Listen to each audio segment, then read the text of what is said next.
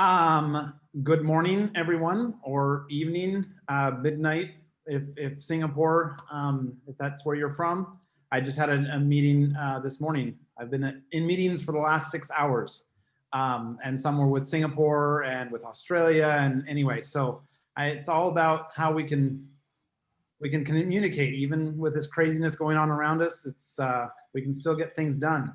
So I thank you for making time out of your busy schedules today to join us for this, and join Erica as we learn about the role of HR leaders as culture champions, as guiding how we run our organizations and how we confront challenges, that sort of thing. Erica has a load of experience, beats our 19 years. She has over 20 years of experience in this field. So I'm sure we're all going to benefit from this. So we're going to give the time over to Erica. She's going to run the session. I'm going to mute myself and turn the camera off so that I don't distract, because there are some fireworks going on over here at this end of things. So That's fun. Appreciate, yeah, it's a little crazy. I appreciate, Erica, you being willing to be here and sharing with us, and I'm looking forward to learning more. Terrific. Well, I'm thrilled to be here today as well, and we're going to maximize our time together. And we have an hour, well, about 50 minutes now, to hit all of your biggest questions and issues, which is a lot to have an hour, but we have an entire hour where you don't need to do anything else right now, but get the tips and strategies you need so that you can launch into 2021 as a culture champion and set yourself and the people who you support up for success. So in the chat, I'm already seeing, so thank you for those who've already added your contributions to the chat, your industry, your role, and your biggest question, if you have one that you would like to get a tip or strategy for. So thank you for the contributions I'm already seeing. We're going to be hitting upon those along the way. So for today, you read the description. I'm not going to read it again. We're here today to give you in a snapshot how to facilitate real change that sticks, how to do that with people and not in spite of them, and how to do it by using learning and development opportunities to foster an inclusive, engaged, and resilient workplace culture in the now normal virtual world. I'm going to be sharing with you some context that we're all experiencing globally, no matter where our chair literally is, a shared common experience in the world of HR and support. I'm also going to share with you my top 5 tips and strategies that have come not only from myself, but my facilitation team, as well as my clients who are in the HR world, and what we have learned from supporting them and what they've learned from listening to their employees. And at the end, I'm going to also invite you to join a conversation next week as a follow-up to what we're doing today, in case you need even more tips and strategies that we're able to share. The other piece I'm going to suggest today is, while you're learning from me, and again, this is just, if you really want to know about me, you can go ahead and find me on LinkedIn. I'll give you all my contact information afterwards. I always enjoy follow-up conversations. Right now, we're already learning about one another. About me with this piece, the things that I'm sharing with you, again, come from a variety of sources, a bunch of proven strategies, research-based strategies. I like to know why things work, not just anecdotally how they work, with a combination of real world experience from trying these things out, from making mistakes, from figuring out what really does help facilitation and change stick. Because as a culture champion, what you're aiming to do is to facilitate change in action, change in language, change in the way that people are engaging with one another, change in motivation, change in performance, productivity, some kind of change. And at the same time, you don't want to change the things that are already working. So part of your role in HR is the flip side, is, as you know, is to help ensure that the things that are working don't change, and that the motivation and the high performers and the productivity continue to go. And some of you may have experienced that in the chaos that 2020 threw us into internationally. Sometimes your higher performers all of a sudden stop performing, and other people began thriving. And then there's the secret decoder ring of why. The strategies we're going to talk about today, and not just me, when I say talk about and I say speak with, there's a lot of experience in this room. I am looking at your roles, at where your managers are. Some of you are managers of one, some of you are managers of huge teams, and some of you are in transition. But every single one of you, no matter how long you've been in your industry, no matter how long you've been in your role, you've had experiences that I'm also going to be looking for you to contribute, so that people are gaining strategies, not just from me, but that you're giving strategies to each other as well. So today, our focus: tips to create a positive, comfortable, and collaborative workplace culture. And the change that now some of you may have already been leading HR divisions within organizations that were hybrid organizations. Some people were in the office, some people were working remotely in distributed teams. Some of you are working in industries that were always fully distributed and online. And the last year, the difference was that your clients have now been thrown into disruption. And for others of you, this was brand new. You have people working from home or working in a crisis, trying to work from home for the first time. And no matter what happened, things got sideways. So we went from that in-person experience to that virtual experience. And that included the support you're giving as well as your learning and development. So I have a question for you.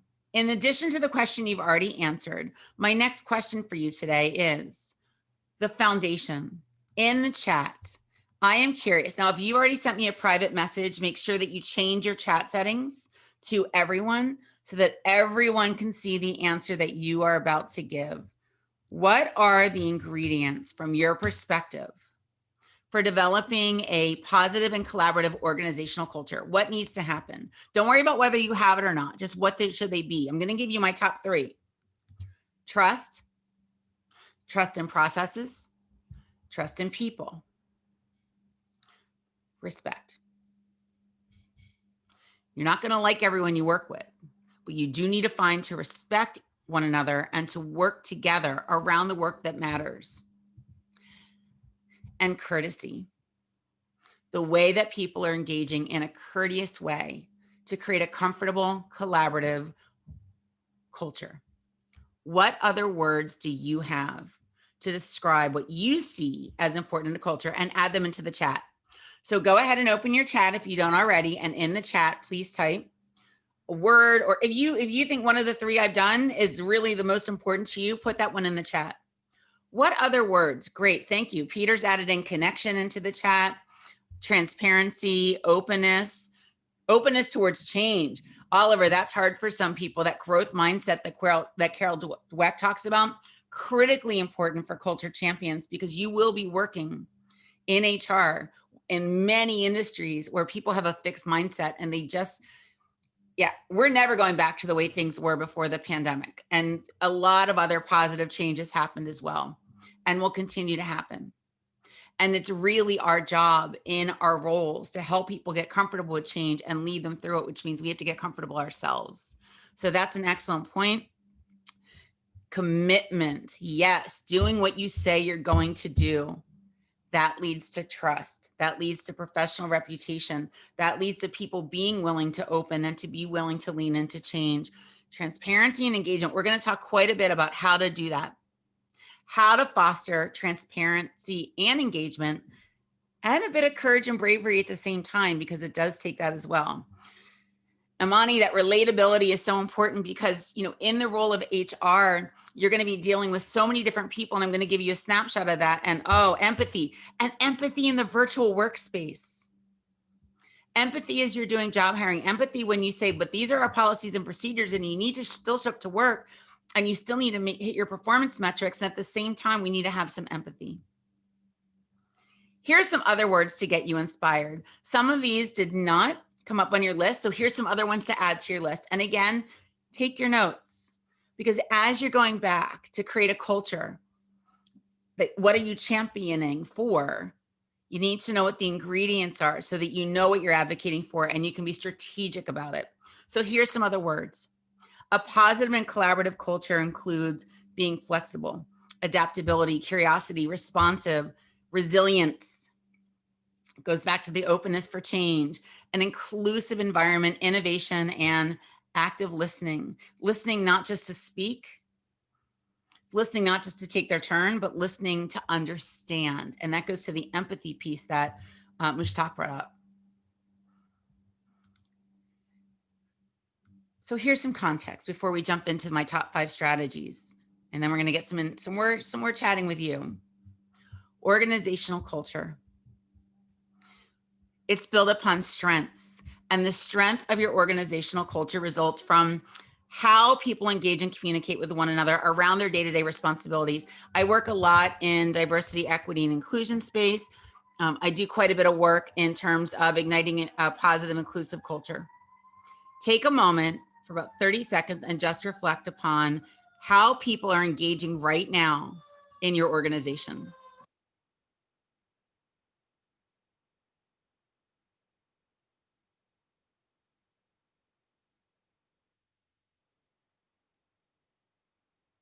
If you don't know the answer to that question, there's some of your work.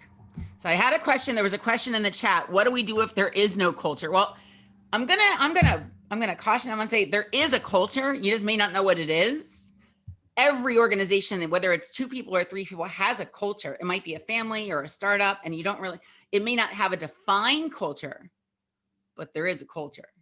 So taking a moment to consider what it already is, because you're going from something to something else, or if you are starting your company from a fresh start, and you have an opportunity to build your culture, we can think strategically about how you want people to be engaging around their day-to-day responsibilities and their work with themselves, with their clients, with leadership, with colleagues on the same level, with direct reports. Through the chat, are they doing it through email? Is there any camera on? Those things do make a difference in terms of company culture, especially in the virtual workspace. And here is what you guys know firsthand as you guys are figuring out your hiring practices, as you're looking at where your talent pools are coming from, as you're beginning to realize who's applying for jobs or not applying for jobs. This is the modern workplace that every single one of us is navigating. 5 generations in one workspace, 5 very different communication styles, very different people, not just the generations, but in general. In addition, and because of, and separate from multiple generations, people are coming with different communication styles. Some people are very introspective, thoughtful, quieter. Some people are a little sharper and they're just there to get their work done and they're going like this. Others are a little, more sensitive. Some people are just going to talk and they're going to use a lot of words. You've got all those communication styles. We could have a whole list in an hour just about that. Mindsets, the growth mindset and fixed mindset that came up earlier. The experiences that people are bringing to the table. What their experience has been in the last 3 months, 6 months, year alone has changed people. What experiences they're bringing in terms of supervisors they've had, colleagues they work with, other environments they worked in before the culture that you're creating that they have to figure out differently. Their values, personal values, and their professional values. Do they like to work in an environment with tons of structure, or do they like to work in an environment that they never know what their day is going to look like? And does it align with the culture you're creating? Are you able to create a culture in HR that has processes and structures that honor and allow everyone to thrive? Are they clear about what kind of culture you have so that as you're hiring, as people are coming in, they know what the expectations are and they can make decisions about making sure that they can thrive? The values and the comfort levels with technology, which in the virtual workspace may have been some of the troubleshooting you've had to do. And again, the context. Your company culture must be considered within the context of the current situation environment. And everybody has been thrown sideways, no matter what country you live in, no matter what industry you're in, no matter where you are with the larger dynamics of what's around your own home and your backyard. Everyone is navigating something. I heard a great quote in about April or May after everyone was impacted in one way or another. We are not working from home. The people in your organization are at home trying to work in the middle of one or more crises.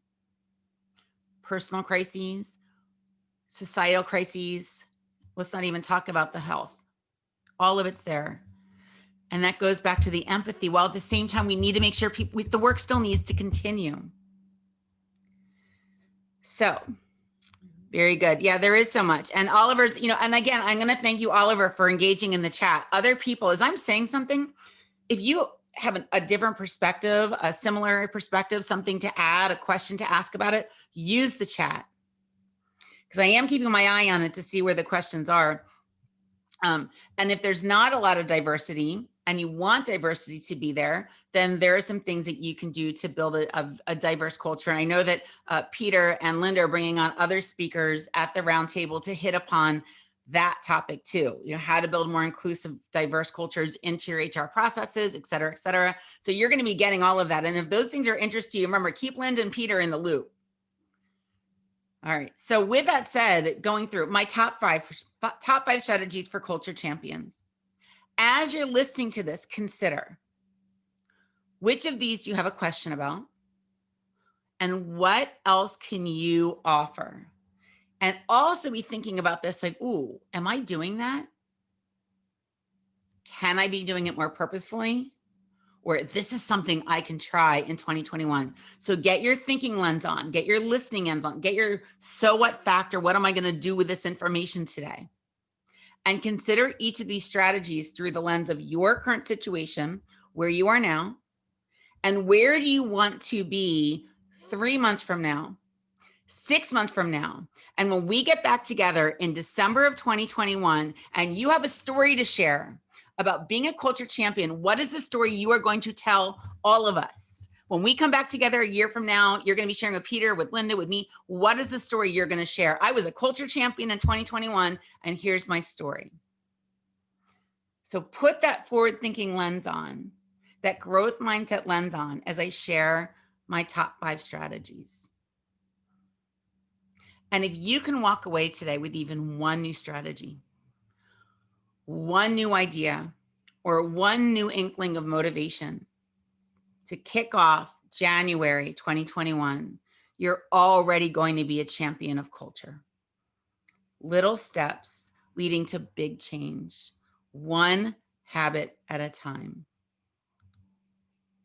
Strategy number 1. You've got to gain input about the issues and about the priorities. So frequently, one of the downsides, one of the short changes, someone asked, what are some of the things that we could miss? One is that way too frequently, I see very well-meaning HR leaders in organizational development, learning and development, whatever their role may be, whatever your role may be, who send a needs assessment out or a survey, but only send it to a sampling or only send it to management and ask them, what are the needs of your people?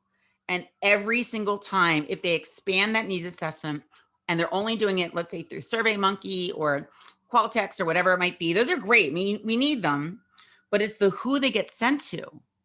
So I recommend that if you want to find out what the needs and issues are, that you look at who's participated in your learning and development training programs already. You look at the people who are raising issues or bringing things up, and you get more of a sampling to really understand the needs and the issues up the org chart, so management leadership, across the org chart and down the org chart, so that you're getting the perspectives from people as a 360 and really getting an understanding. And now you got to craft the questions carefully and really make sure that the questions you're asking align with the culture change you want to make. So if you're going to ask your questions on, okay, what are your biggest challenges in our organization? Are they around communication? Are they around our organizational culture? Are they around performance issues and productivity? Like, where are your biggest, and if we did nothing else this year and provided you with training, for example, what would we need to provide you training with that would solve your biggest issue? And asking some very carefully designed questions. I'm also going to share that usually the other downside is that that's where it stops. It's a survey, and we read the data and then we plan. Instead, add on a conversation, an opportunity for people to speak to one another as well as to you in small groups, in discussions, by doing a virtual focus group. And you're going to want to make sure you have someone who knows how to run and design a virtual focus group so that you can really get everyone engaged and you can do something with the data afterwards. So really thinking about how you can collect information up, down, and across that org chart to inform your strategy. This is about being a strategic culture change. Because how are you going to advocate for a budget? If you know that you need a larger learning and development budget, if you know you need professional coaching, if you know you need to bring someone in to help with transition planning, succession planning, you need to be able to have the data and the voices from your people to advocate and use your voice to champion it with a fiscal person who only knows the numbers and wants to know why you're trying to increase a budget by $30,000 or $100,000 or $10,000, whatever it might be, or starting something new where you never had one before.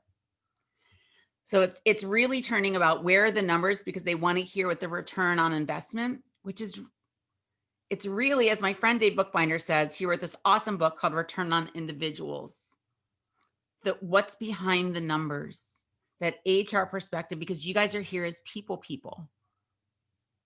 What are they saying? Strategy 2, reverse engineer a streamlined learning and development program. So a lot of times I get, here's training's a checkbox. Can you come in and just do this one training for us? I'm like, you're hiring the wrong person. I'm looking, the really way that you want to do it is to look for someone who's going to be your strategic partner, who's not going to sell you some off the shelf video recording that you need to just do. And it's not about you and your people or your industry. You need to be able to work with someone who's willing to listen to you, to talk to your supervisors, to listen to what's happening, so that we're not doing trainings. It's a training experience, because that is how real change is going to happen. It's not about giving people options. Training has a funny connotation. We've actually stopped using the word training, and we've done more training experiences as part of the professional development and learning, the coaching or coaching experiences. Because as HR champions, what you're doing is you're making sure every experience is about the people in the room and not about the trainer or the facilitator, whether it's internal or external. So you ask yourself this question and reverse engineer. Consider where your budget is. Consider what you want to do. Consider what you want to, how you want to maximize it, and ask this question. What do people need to know, do, understand, or feel? Motivated, intrinsically motivated, empowered, free of time because they've been able to delegate after each training experience, individually and collectively, as a team, as a division, as an organization. And I'm looking at one of the questions. Would it make sense to conduct the needs assessment by an internal HR? It does depend on here's what I would suggest. What I've seen most effective is that it's a partnership. So with my long-term partners who I've strategically, as an external focus group, I would never run a focus group or a needs assessment without their input. And I'm able to provide an objective, clear guidance from lots of industries and experience and years of doing assessments and needs assessments on questions they may or may not know, because they're in the heart of it. Like, they think they know the issues. And so in my Oliver, what I've seen is most successful is a partnership. You can do it internally. People do it only externally. I say that you align yourself and do it together. You're going to get the greatest amount of data, where you as an HR person will be able to listen and understand it through your lens while someone else is facilitating the process for you. Excellent. Thank you for the questions. You're welcome. And thank you for the question. So really thinking about the live experience. I'm a big fan. Look, I do pre-recorded, I do live, but that's got to be strategic and purposeful. And at some point, we're going to get back together in person. What do we really need to do that has to be done in person that can't be done equally well with breakout rooms or, or whatever platform you're using for virtual engagement? Strategy number 3. So often these conversations are one-sided, or it's between, HR and the managers of the people, or it's between the trainer is just talking. People are just talking and people are just talking. And the people in the room never get a chance to speak to one another. So that's what we're doing with the chat right now, is that I know that you're asking questions to me. I would also say, if someone else has an answer to Oliver's question, if someone else has an answer to, you want to agree, send the answer, add your perspective. Do you have something different to offer? Put it in the chat. provide your advice and your guidance so that people are learning from not just me as the host, right? As the facilitator, as the trainer, as the roundtable leader. Make sure they can speak. And so here's one thing that's really tricky. So as HR leaders, this is going to be one of your, I'm going to go back for just a minute. As HR leaders, this is going to be one of your challenges because you can't make everybody speak to one another necessarily, but you can create systems and processes where in meetings, everybody is going to work. So virtual, the research shows that typically meetings in general, virtual meetings are too large for everyone to feel heard and for people to get their perspective and their voices at the table. 5 people, too many. 10 people, too many. Anything beyond that, way too many. You've got the high comforter contributors. You've got the people who are more respectful and will sit back and never say a word. You've got the ones who need a process.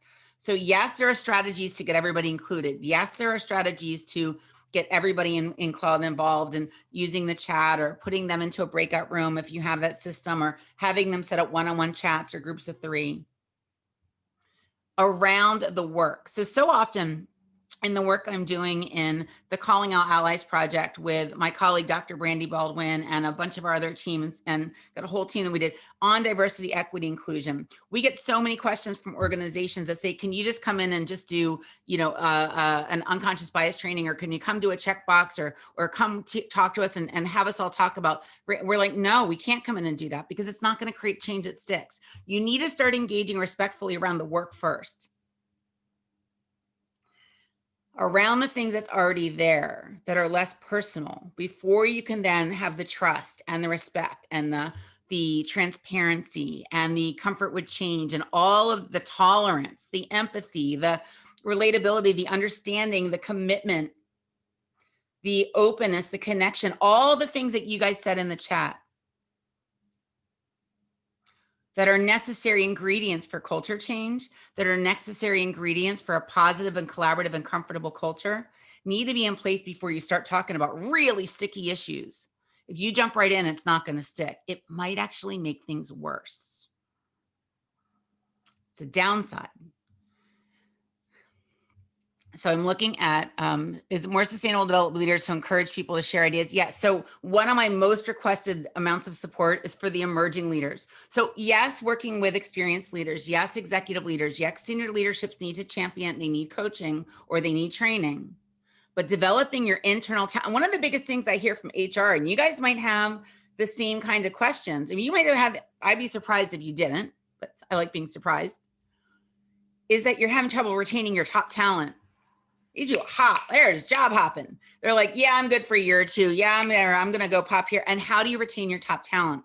I would say to Oliver's question, invest in your emerging leaders, the ones who have been there those 5 years, the 10 years, the ones who are in that place where they're getting antsy and they're feeling, they still have some confidence issues and they're still trying to figure out their voice and they're figuring out their communication style and they're just figuring all the dynamics and they haven't quite gotten there. But they still want to and they're still motivated, but they're thinking, do I leave or do I stay? Invest in those emerging leaders and you'll have your internal champions. You'll also be encouraging people to share ideas. The thing is about sharing ideas is that it really does have to be safe for them to do so. People know when it's said, go ahead and share an idea, but then what happens on the other end, if thoughts, words, and actions are not aligned and it's not really safe for them to do so, it's a challenge. It could again make things worse. And your goal as a culture champion is to make things better. Yes. So Oliver, that comes up in almost every focus group I ever run for a client. The suggestion is, can we help people see other departments and learn? How do we get them working together? And that to me is when I say this here on this slide, how do you get people speaking to one another? It is about cross development training, people who are up, down across the org chart in different roles in virtual learning and development experiences around the identified topics that you have culled through focus groups and needs assessment and priorities in a way that engages people to speak to each other around the work, and it builds relationships and culture. Like I hear all the time, wow, I've really developed a relationship with Jim, and I have never spoken this frequently to Tanya, but we keep showing to trainings, and now we're using each other as a resource, and they're in completely different departments, and they're actually in completely different parts of the country. So absolutely, you want to create your systems and processes to do that. Which leads me to strategy 4, which is setting an expectation. Now, this comes HR with accountability, 360 accountability, not just accountability for the person doing it, but the 360 accountability all the way around. The accountability where I'm going to go back to the word commitment. Accountability, the piece that many leaders miss is we'll set something in someone's performance review plan. We'll get their goals, but we don't take a step toward the commitment to change, the commitment to doing it. And when that piece is missing, there's no accountability or guarantee that people are going to do the things that they're saying that they'll do or that are in their performance review plan. So going back and having an accountability commitment where the person has a chance to ask questions and then say, I will do this. You will have a much greater chance of people's words, actions, and thoughts aligning when there's an accountability and commitment measurements as well. Otherwise, it's just paperwork and you guys end up hiring again. And who wants to have that conversation? It's hard. So here, the expectation of leaders to set an example. And when they don't, the challenge is that you've got your high performers, they bring in money, they bring in clients, the clients love them, and they are not kind internally, and they are sharp, and they're doing this, and people are left the same kind of way, and they're like, oh, that's just Erica. That's just Peter. It's not Peter. Peter's great, but that's just Peter. And they get away with the behavior because the company in practice says that respectful conversations are important, but that's not what's actually valued. They still get promoted. They still get to keep their job. They still are not held accountable for being respectful. Now, I'm not saying that people have to like each other. You don't like everyone you work with. You're not going to like everyone you work with. And you don't want to shortchange the conversations that have to happen because you're trying to be nice. Avoiding those conversations ultimately makes it harder for everyone, and it does ding your culture. So this is a really small language change, but a significant habit and practice. If you do nothing else after this training, after our roundtable today, after this conversation, see what it feels and sounds like. What does it look like? What does it sound like? What does it feel like? If you personally set an intention for the rest of this week, it's only Tuesday. So you've got a Wednesday, Thursday, and Friday. And in every single conversation you step into, whether it's a text message, an email, the emails, a whole day on email, an email, a phone call, a Zoom meeting, or a personal conversation with your cat. I don't care what, well, they don't talk back. Well, they're a little mouthy, but whatever you're doing, let's go with the human piece. Change your intention. So yeah, we don't want to be in a training or a meeting where people are talking at people and just throwing information. I mean, people get more information thrown at them through messages and phones and email and conversations than people in the Middle Ages did in the course of their entire lifespan. In one day, we get more than the entire lifespan of someone in the Middle Ages. Now, granted, someone in the Middle Ages only lived until about 50. At the same time, that's a lot of information. People are overwhelmed and overloaded, and on top of all the context that we know they're experiencing. Not talking at each other. And not even talking to each other. I hear so often an HR leader will say, I need to speak to him, her, them. I'll have the supervisor speak to them. I'll have them talk to them. I need to go I really need to talk to him, her, them about that. Yeah, you should probably go talk. You know what? You guys are having issues, go talk to them about it, which really works. Someone needs to step in and mediate a bit sometimes. Not that go talk to them, I need to talk to you about this. and instead change the mindset. I'm going to set the intention to speak with one another. And that is a two-way commitment. I'm going to go back to that word commitment that was shared in the chat by Daniela. Daniela's insight that commitment is so important is beyond just a commitment to accountability and to actions and thoughts and words and performance and productivity. It is also about a commitment for both sides to speak with each other, to speak with one another if it's a group, which means listening, not for your turn to speak while you're thinking about what you're going to say and not really listening. We all think we're better listeners than we are. Peter's laughing. It's listen, I'm the same one. Like, I teach this stuff and my sister will be the first one to tell you, girl, or listen, like, stop interrupting me. And I always say, I'm so sorry. I just get really excited and my mouth just opens and words come out. I don't really mean to interrupt. I just get excited. And I want to, yeah, okay. Listening, not to speak, not for what we're going to say next, but genuinely listening so that you can ask questions and understand and clarify any ambiguity and aim for common ground. Aim for a place where you can work together around the work, sometimes in spite of the personal stuff. And if you can figure out, like, it's really hard. I want everyone right now to think of the most difficult person who you work with. There's one.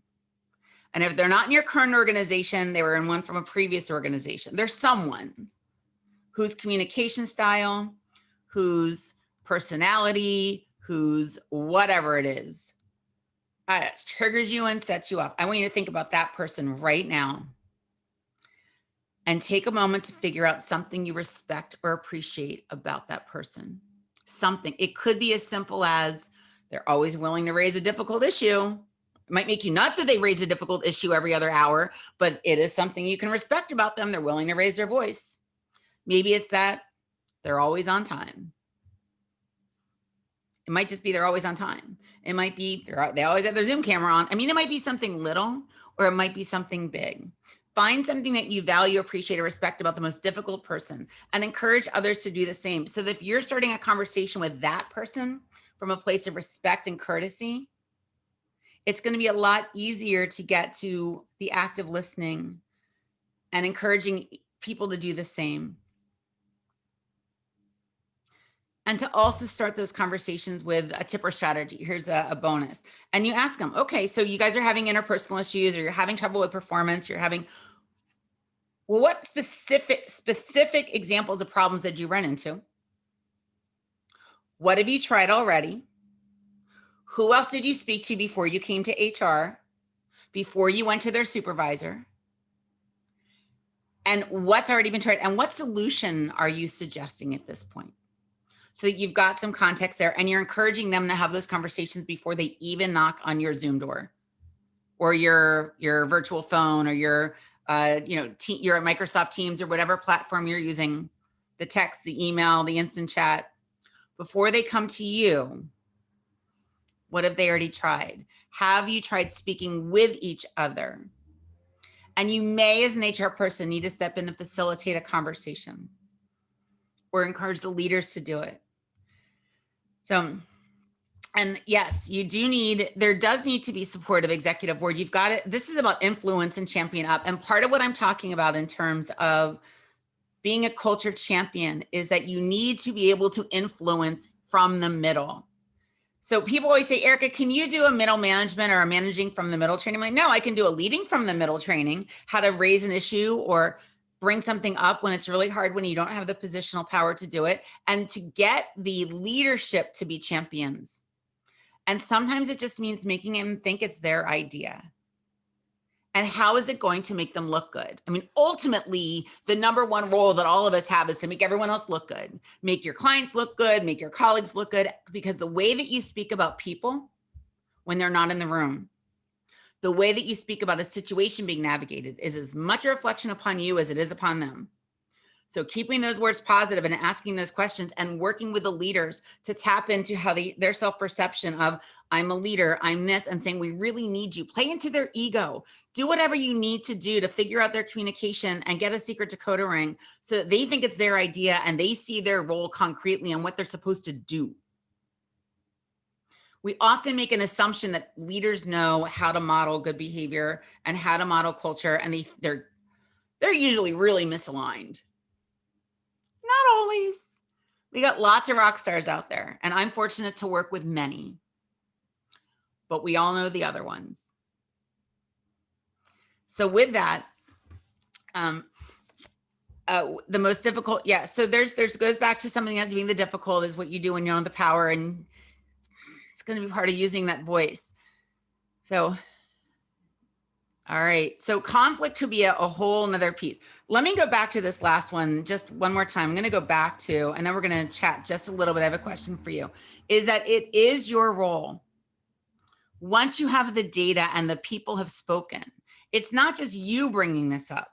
You go to the leaders, you go to the board, you go to the influencers, you go to the fiscal person, you go to those people who you're asking those questions, you know, with the performance indicators that are typically on your HR and performance reviews are important. They're missing a couple of things, which is the commitment to someone's personal goals and a learning and development.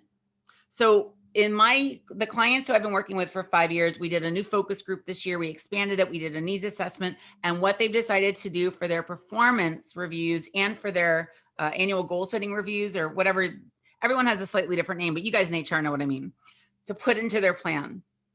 Some are in a remediation plan and others are in their, everything's going great and we want to keep this person in plan, whatever you guys label that, is a learning and development requirement. And the person commits to specific topics, specific areas, and some of them are prescribed. The organization says everyone needs training on juggling priorities. Everyone needs one on inclusive conversations. Everyone needs one on intrinsic motivation, whatever it means, or all leadership are going to get this topic, or we want everyone to take a curiosity mindset. So we're going to do training or this is a specific topic tied to the specific person. I want to make sure that you're taking you get to self-select 2 or 3 trainings out of this year's 20 programs. 2 you get to self-select, and 1 you're going to work on with your supervisor.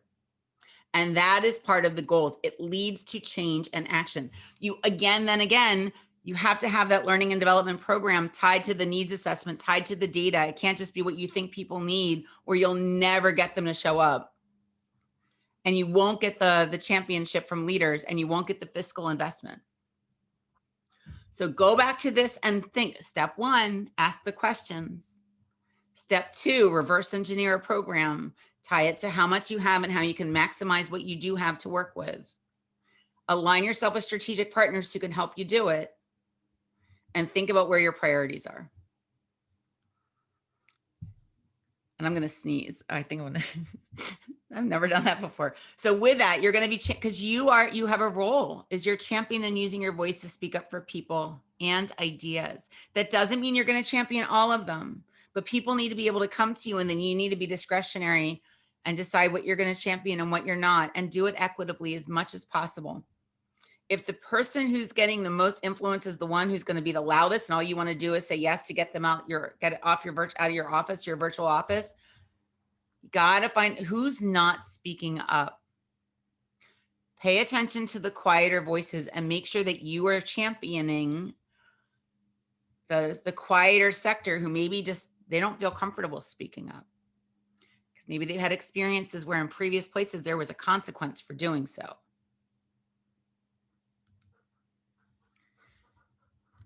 Because this is what you need to do if you're going to expect other people to do it. I hear this from HR leaders all the time. Why don't they just bring their issues to me? Why aren't they just speaking up? Why don't they tell me about when things, because they probably work somewhere where it wasn't safe to do so. Because HR, not you guys, but a lot of because you're here today figuring out how to be a culture champion, you're not the HR people I'm speaking to. They're the ones who should be here, but aren't. Right. And they're out there and it's more punitive. That's not this. I've seen when it works, it is a beautiful, beautiful piece with human resources about the investment in the people and caring about people. which means that when you're putting your voice out there and you're like, I need to advocate for this budget. I need to advocate for leadership change. I need to advocate for this person to be held accountable because we've tried all this. That's not the direction we want to go in. That's not how we want people to feel. Using your voice, because if other people are going to be expected to speak their truth and voice their opinion and bring up when things aren't working, and you want to have an inclusive environment, it doesn't mean that everybody gets to vote. I mean, somebody ultimately needs to be a decision maker, and policies are going to come in, processes are coming in, and people are going to need to adhere to them. It's the communication and the expectations around them. I mean, you need to have your stuff, and people need to do their job. They need to do the job they're hired for. They need to do it well so that other people can do their jobs. I mean, that's just the truth. So I'm not talking about, creating a culture where everything's loosey-goosey and nobody's in charge. Those startups never, those are the ones that fail. So with that, and yes, so coping with uncertainty and promoting well-being, we could have an entire, so there was another topic that Peter and Linda and I played around with, which is about work-life quality. I did not say balance. I did not say work-life balance. I did not say necessarily well-being and motivation. I will tell you that because I don't believe there is. It's about thriving in the imbalance and helping your people to do the same.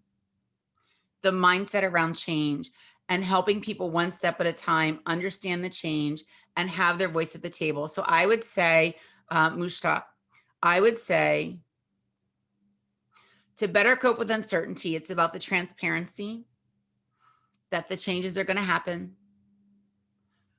We hear your concerns and we're going to keep you updated, and then follow through and keep them updated.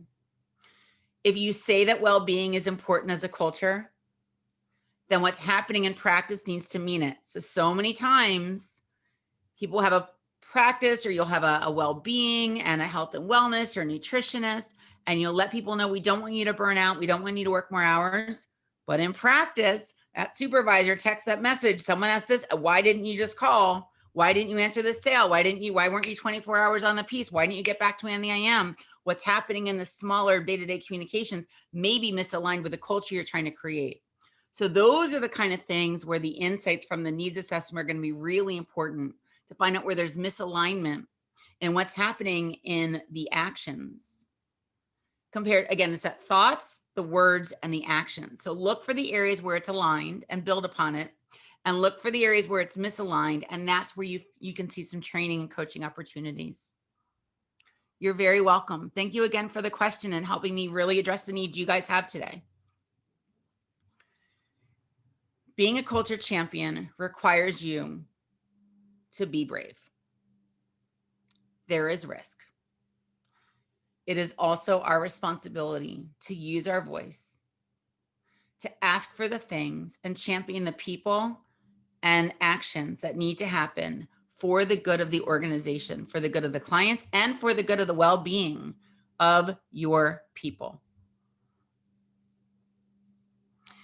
Oliver, I don't know that I would say that you need to create an HR-led organization.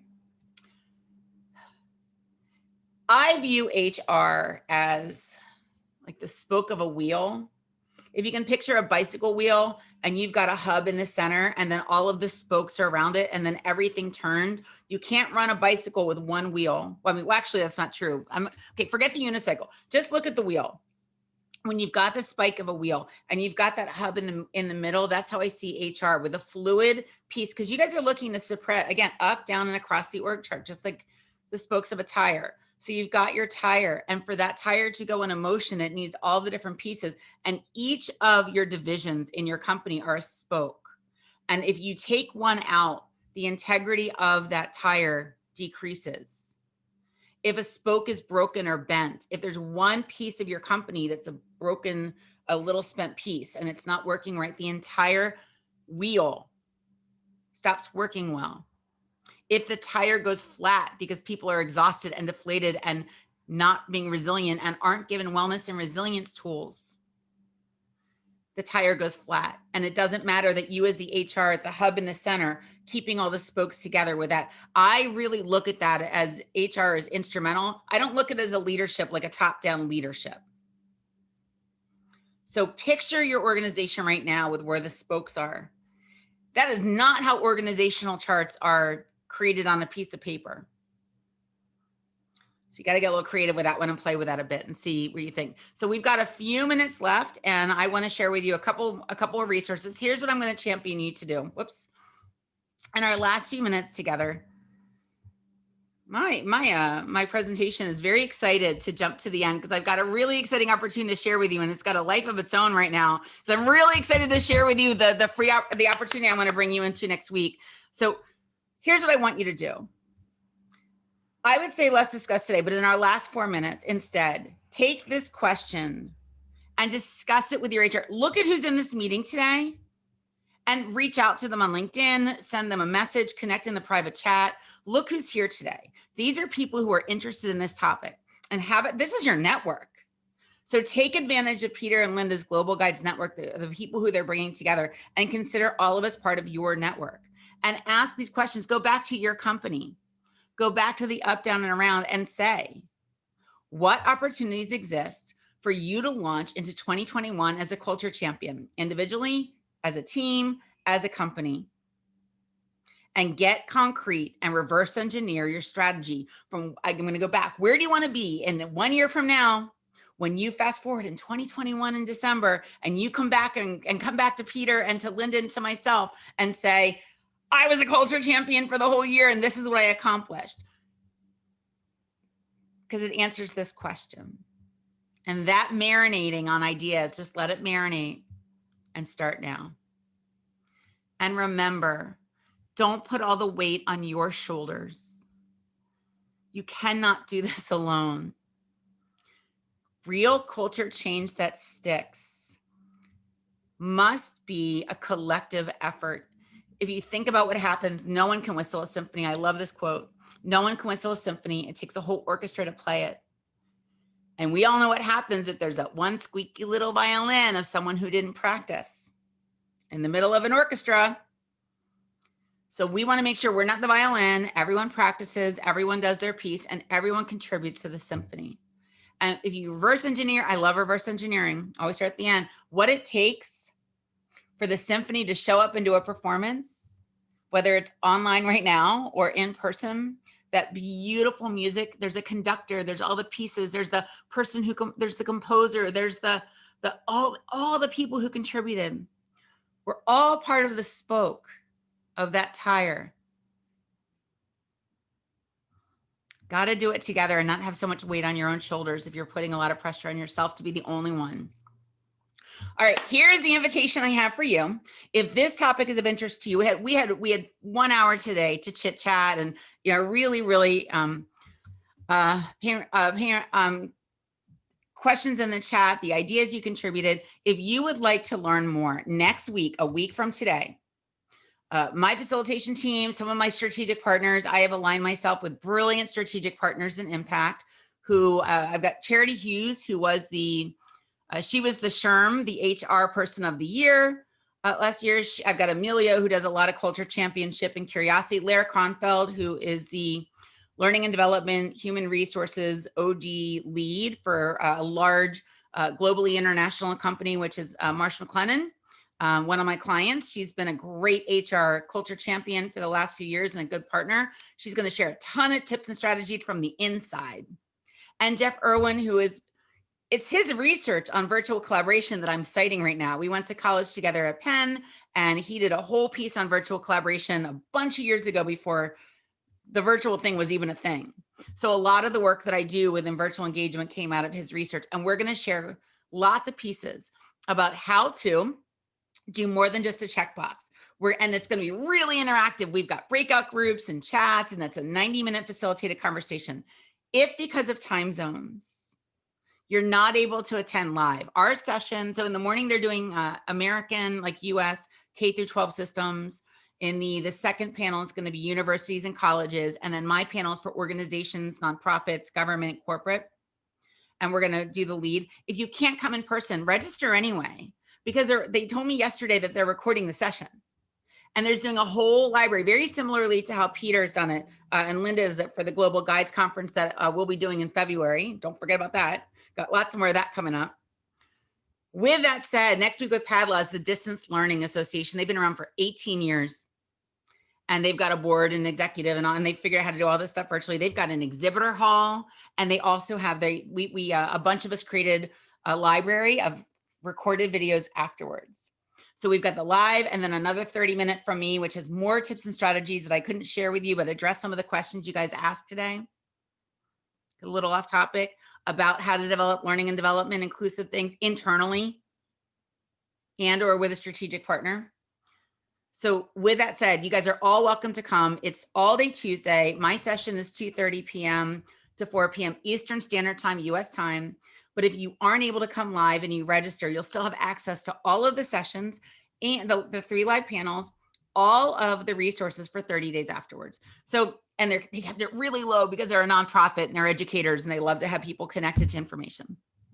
So that is my invitation to each of you. I will also invite you to connect with me personally.